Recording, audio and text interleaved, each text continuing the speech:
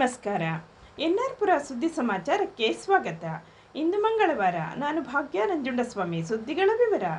ಜಾನಪದ ಕಲೆಯಲ್ಲಿ ಪುರುಷರಿಗಿಂತ ಮಹಿಳೆಯರೇ ಹೆಚ್ಚು ಪರಿಣತಿ ಹೊಂದಿದ್ದಾರೆ ಎಂದು ತಾಲೂಕು ಕನ್ನಡ ಸಾಹಿತ್ಯ ಪರಿಷತ್ತಿನ ಅಧ್ಯಕ್ಷ ಪೂರ್ಣೇಶ್ ಮೆಚ್ಚುಗೆ ವ್ಯಕ್ತಪಡಿಸಿದರು. ಅವರು ಶನಿವಾರ ಸಂಜೆ ತಾಲೂಕಿನ BH ಕೈಮರದ ಜಯಂತಿ ರಮೇಶ್ ರವರ ಮನೆಯಂಗಳದಲ್ಲಿ ತಾಲೂಕು ಕನ್ನಡ ಜಾನಪದ ಪರಿಷತ್ತಿನ ಮಹಿಳಾ ಘಟಕದ ಆಶ್ರಯದಲ್ಲಿ ನಡೆದ ಅಂತಾರಾಷ್ಟ್ರೀಯ ಮಹಿಳಾ ದಿನಾಚರಣೆ ಕಾರ್ಯಕ್ರಮದಲ್ಲಿ ಮುಖ್ಯ ಅತಿಥಿಯಾಗಿ ಮಾತನಾಡಿದರು. ಪ್ರತಿಯೊಬ್ಬ ಪುರುಷನ ಯಶಸ್ಸಿನ ಹಿಂದೆ ಮಹಿಳೆಯರ ಪಾತ್ರ ಇರುತ್ತದೆ. ಇತ್ತೀಚಿನ ದಿನಗಳಲ್ಲಿ ಎಲ್ಲ ಕ್ಷೇತ್ರಗಳಲ್ಲೂ ಮಹಿಳೆಯರು ತಮ್ಮನ್ನು ತೊಡಗಿಸಿಕೊಂಡು ಯಶಸ್ಸು ಕಾಣುತ್ತಿದ್ದಾರೆ. ಆ ಮಹಿಳೆಯರ ಹಿಂದೆಯೂ ಪುರುಷರ ಸಹಕಾರವೂ ಇದೆ ಎಂದರು. ಸಭೆಯ ಅಧ್ಯಕ್ಷತೆ ವಹಿಸಿದ್ದ ತಾಲೂಕು ಕನ್ನಡ ಜಾನಪದ ಪರಿಷತ್ತಿನ ಮಹಿಳಾ ಘಟಕದ ಅಧ್ಯಕ್ಷೆ ಜಯಂತಿ ರಮೇಶ್ ಮಾತನಾಡಿ, ಮಹಿಳೆಯರು ಎಂದಿಗೂ ಅಬಲೆಯರಲ್ಲ, ಸಬಲೆಯರು ಎಂಬುದನ್ನು ರಾಜ ಮಹಾರಾಜರ ಕಾಲದಿಂದಲೂ ಮಹಿಳೆಯರು ತೋರಿಸಿಕೊಟ್ಟಿದ್ದು ಈಗ ಇತಿಹಾಸವಾಗಿದೆ. ಗಗನಯಾತ್ರೆಯಲ್ಲಿ ಸುನೀತಾ ವಿಲಿಯಮ್ಸ್ 9 ತಿಂಗಳ ಕಾಲ ಇದ್ದು ಸುರಕ್ಷಿತವಾಗಿ ಭೂಮಿಗೆ ಹಿಂತಿರುಗಿದ್ದಾಳೆ. ಗಗನಯಾತ್ರಿ ಕಲ್ಪನಾ ಚಾವ್ಲಾ ಸಾಧನೆ ಮಾಡಿದ್ದಾರೆ.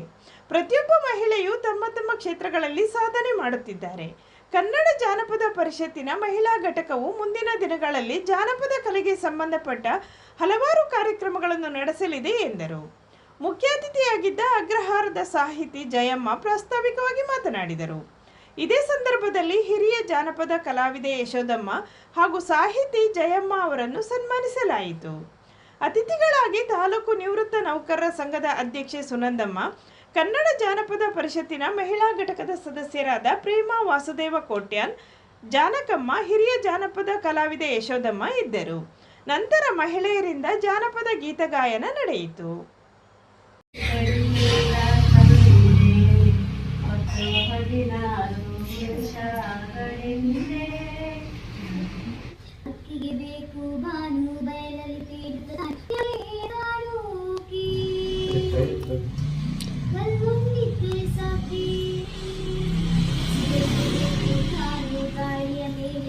ಶ್ರೀ ವಿಶ್ವಾವಸುನಾಮ ಸಂವತ್ಸರದಲ್ಲಿ ಸಾಮಾನ್ಯ ಮಳೆಯಾಗಲಿದ್ದು ಪೈರುಗಳು ಚೆನ್ನಾಗಿ ಬೆಳೆಯಲಿದೆ ಎಂದು ಅಗ್ರಹಾರದ ಪುರೋಹಿತರಾದ ಪ್ರಸನ್ನ ಐತಾಳ್ ತಿಳಿಸಿದರು. ಅವರು ಯುಗಾದಿಯ ಭಾನುವಾರ ಅಗ್ರಹಾರದ ಮೆಣಸೂರು ಸುಬ್ರಹ್ಮಣ್ಯ ಸ್ವಾಮಿ ದೇವಸ್ಥಾನದಲ್ಲಿ ಯುಗಾದಿ ಪಂಚಾಂಗ ಶ್ರವಣ ಕಾರ್ಯಕ್ರಮದಲ್ಲಿ ಹೊಸ ಸಂವತ್ಸರದ ಪಂಚಾಂಗ ಫಲಗಳನ್ನು ವಿವರಿಸಿದರು. ದೇಶದಲ್ಲಿ ಅಧಿಕಾರದಲ್ಲಿರುವವರು ಪರಸ್ಪರ ವೈರಿಗಳಾಗುತ್ತಾರೆ. ಮೇಘಗಳು ಹೆಚ್ಚಾಗಿ ಗಾಳಿಯಿಂದ ಚೆದರುವುದರಿಂದ ಮಳೆ ಕಡಿಮೆಯಾಗುತ್ತದೆ. ಮೊನೆಯುಳ್ಳ ಧಾನ್ಯಗಳು ಕೆಂಪು ಮಣ್ಣಿನಲ್ಲಿ ಚೆನ್ನಾಗಿ ಫಲಿಸುತ್ತದೆ. ಪದಾರ್ಥಗಳ ಬೆಲೆ ಹೆಚ್ಚಳವಾಗಲಿದೆ. ಚಿನ್ನ, ಮುತ್ತು, ಶ್ರೀಗಂಧ, ಬೆಳ್ಳಿಯ ಬೆಲೆ ಏರಿಕೆಯಾಗಲಿದೆ. ಪಶುಗಳಿಗೆ ಅನಾರೋಗ್ಯ ಹೆಚ್ಚಾಗಲಿದೆ. ಈ ವರ್ಷ 2 ಚಂದ್ರಗ್ರಹಣ ಬರಲಿದೆ. ಯುಗಾದಿ ಹಬ್ಬದಂದು ಪಂಚಾಂಗ ಶ್ರವಣದಿಂದ ದೀರ್ಘಾಯುಷಿಗಳು, ಪಾಪ ಫಲಗಳಿಂದ ಮುಕ್ತರು ಹಾಗೂ ಕೀರ್ತಿವಂತರು ಆಗುತ್ತಾರೆ ಎಂದರು. ಇದೇ ಸಂದರ್ಭದಲ್ಲಿ ಶ್ರೀರಾಮೋತ್ಸವದ ಆಹ್ವಾನ ಪತ್ರಿಕೆ ಬಿಡುಗಡೆ ಮಾಡಲಾಯಿತು. ನಂತರ ಮಹಾಮಂಗಳಾರತಿ ಸಲ್ಲಿಸಿ ಎಲ್ಲ ಭಕ್ತರಿಗೂ ಬೇವು ಬೆಲ್ಲ ವಿತರಿಸಲಾಯಿತು. ಈ ಸಂದರ್ಭದಲ್ಲಿ ದೇವಸ್ಥಾನದ ಅರ್ಚಕರಾದ ನಂಜುಂಡಸ್ವಾಮಿ, ಸುಬ್ರಹ್ಮಣ್ಯ ಟೆಂಪಲ್ ಟ್ರಸ್ಟ್ನ ಸದಸ್ಯರಾದ ನಾಗೇಶ್, ರಾಮಚಂದ್ರ, ಶ್ರೀ ರಾಮಸೇವಾ ಸಮಿತಿ ಅಧ್ಯಕ್ಷರಾದ ಶಿವಶಂಕರ್, ಕಾರ್ಯದರ್ಶಿ ಗುರುಮೂರ್ತಿ, ಖಜಾಂಚಿ ಶಶಿಮೋಹನ್ ಹಾಗೂ ಭಕ್ತಾದಿಗಳು ಭಾಗವಹಿಸಿದ್ದರು. ಭಾಗ್ಯ ನಂಜುಂಡಸ್ವಾಮಿ ವಂದಿಸಿದರು.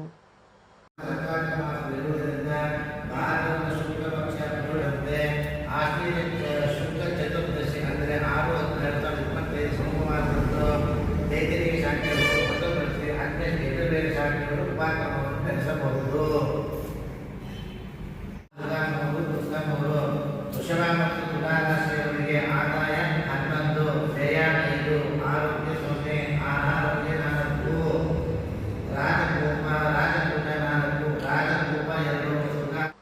ಮಲೆನಾಡು ಭಾಗದ ಹೆಸರಾಂತ ಸಾಹಿತಿ, ಉತ್ತಮ ವಾಗ್ಮಿಯಾಗಿರುವ ಕೊಪ್ಪದ ಲೇಖಕಿ ಎನ್ ಚಂದ್ರಕಲಾ ಅವರಿಗೆ 2024ನೇ ಸಾಲಿನ ರಾಜ್ಯ ನೀಲಗಂಗಾ ದತ್ತಿ ಪ್ರಶಸ್ತಿ ಲಭಿಸಿದೆ. ಮಾರ್ಚ್ 2ರಂದು ಬೆಂಗಳೂರಿನ ಕೇಂದ್ರ ಕನ್ನಡ ಸಾಹಿತ್ಯ ಪರಿಷತ್ ಶ್ರೀ ಕೃಷ್ಣರಾಜ ಪರಿಷತ್ ಮಂದಿರದಲ್ಲಿ ನಡೆದ ದತ್ತಿ ಪ್ರಶಸ್ತಿ ಪ್ರದಾನ ಸಮಾರಂಭದಲ್ಲಿ ನೀಲಗಂಗಾ ದತ್ತಿ ಪ್ರಶಸ್ತಿ ನೀಡಲಾಯಿತು. ಎನ್ ಚಂದ್ರಕಲಾ ಅವರು ಕೊಪ್ಪ ತಾಲೂಕು ದರ್ಶನ, ಚಿಲಿಪಿಲಿ, ಜ್ಞಾನದೀಪ್ತಿ, ಚಿರಂತನ ಸೇರಿದಂತೆ 17 ಕೃತಿಗಳನ್ನು ರಚಿಸಿದ್ದಾರೆ. ಸುಧಾ, ಮಂಗಳ, ಕರ್ಮವೀರ ಸೇರಿದಂತೆ ವಿವಿಧ ವಾರಪತ್ರಿಕೆ, ಮಾಸಿಕ ಹಾಗೂ ದಿನಪತ್ರಿಕೆಗಳಲ್ಲಿ 2000ಕ್ಕೂ ಹೆಚ್ಚು ಲೇಖನ ಬರೆದಿದ್ದಾರೆ. ಆಕಾಶವಾಣಿ, ಸಾಹಿತ್ಯ ಗೋಷ್ಠಿಗಳು ಹಾಗೂ ಇತರೆ ಸಮಾರಂಭದಲ್ಲಿ 1500ಕ್ಕೂ ಹೆಚ್ಚು ಉಪನ್ಯಾಸ ನೀಡಿದ್ದಾರೆ.